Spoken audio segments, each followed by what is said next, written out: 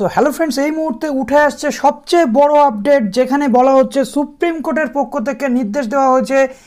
এর ফলে রাজ্য সরকার আরও একটি শিক্ষক নিয়োগের পরীক্ষাতে ধাক্কা খেয়ে গেল।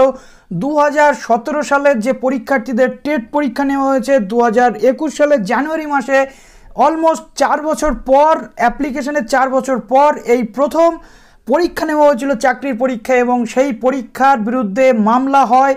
যারা নতুন করে ডিএলএড কমপ্লিট করেছে 18-20 ব্যাচ, তারাই মামলাটি করে। তো দেখে নেব সুপ্রিম কোর্ট কি বলতে চাইছে। সেখানে বলা হয়েছে আবার নিতে হবে পরীক্ষা। চলুন দেখে নেব ডিটেল আপডেটটি। তো দেখুন, তো বড় নির্দেশ দিল সুপ্রিম কোর্ট, নতুন করে টেট পরীক্ষা নিতে হবে, এটা আদেশ দিল দেশের সর্বোচ্চ আদালত। এবং এর ফলে শিক্ষক নিয়োগের আরও একটি মামলায় ধাক্কা গেল রাজ্য সরকার। শিক্ষক নিয়োগ মামলায় ফের ধাক্কা, কিন্তু রাজ্যের নতুন করে টেট পরীক্ষা নেওয়ার নির্দেশ দিল শীর্ষ আদালত। রাজ্যে যারা ডিএলএড শেষ করেছে কিন্তু 2017 সালের টেট পরীক্ষা বসতে পারেননি, সোমবার তাদের জন্য নতুন করে টেট পরীক্ষা নেওয়ার নির্দেশ দিল বিচারপতি আব্দুর নাজির ও বিচারপতি কৃষ্ণ মুরারির ডিভিশন বেঞ্চ। একই সঙ্গে পরীক্ষা নেওয়ার সময়সীমাও বেঁধে দিয়েছে সুপ্রিম কোর্ট। আদালত নির্দেশ দিয়েছে 31শে মার্চ 2022-এর মধ্যে আবার নিতে হবে প্রাথমিক টেটের পরীক্ষা।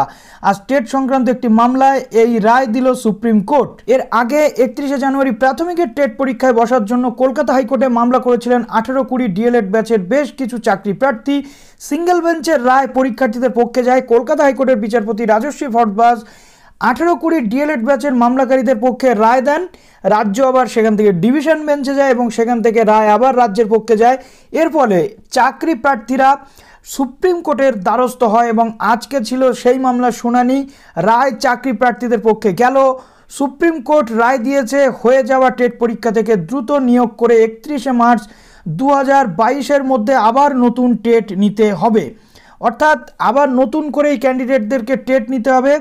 তো এখানে দেখুন কি বলা হচ্ছে যে সুপ্রিম কোর্ট রায় দিয়েছে হয়ে যাওয়া টেট পরীক্ষা থেকে দ্রুত নিয়োগ করতে হবে। 31শে মার্চ 2022-এর মধ্যে আবার নতুন টেট নিতে হবে। অর্থাৎ এই ক্যান্ডিডেটদের একই বিজ্ঞপ্তি বা ওই যে পরীক্ষাটি হয়ে গেছে সেই পরীক্ষার এগেনস্টে আবার পরীক্ষা নিতে হবে। প্রাথমিকের টেট 2017 নেওয়ার নোটিফিকেশন হয়েছিল 2017 সালে, ফর্ম ফিল আপ সেই সময় হয়ে যায়, কিন্তু পরীক্ষাটা নেওয়া হয় 2021 সালের জানুয়ারি মাসে।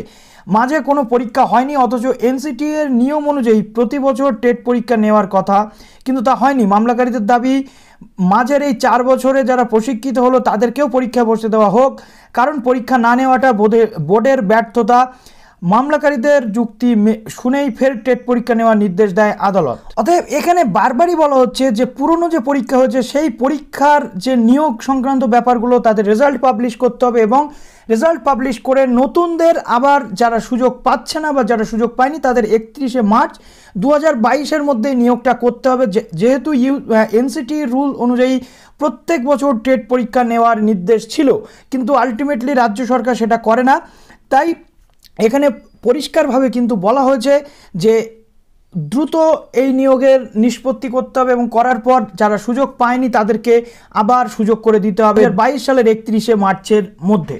যেহেতু আমরা জানি যে পশ্চিমবঙ্গের মুখ্যমন্ত্রী মমতা বন্দ্যোপাধ্যায় থেকে শুরু করে নবনিযুক্ত চেয়ারম্যান মানিক ভট্টাচার্য অলরেডি বলে দিয়েছেন যে পুজোর আগে 2017 সালের যে ক্যান্ডিডেট রয়েছেন তাদের দ্রুত রেজাল্ট পাবলিশ করে নিয়োগ সংক্রান্ত ব্যাপারটি মিটিয়ে ফেলা হবে।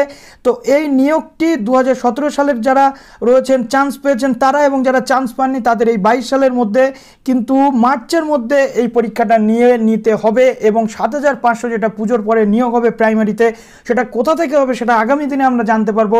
অবশ্যই আপনাদেরকে জানিয়ে দেবো। ভালো থাকবেন সবাই, আমাদের সঙ্গে জুড়ে থাকুন।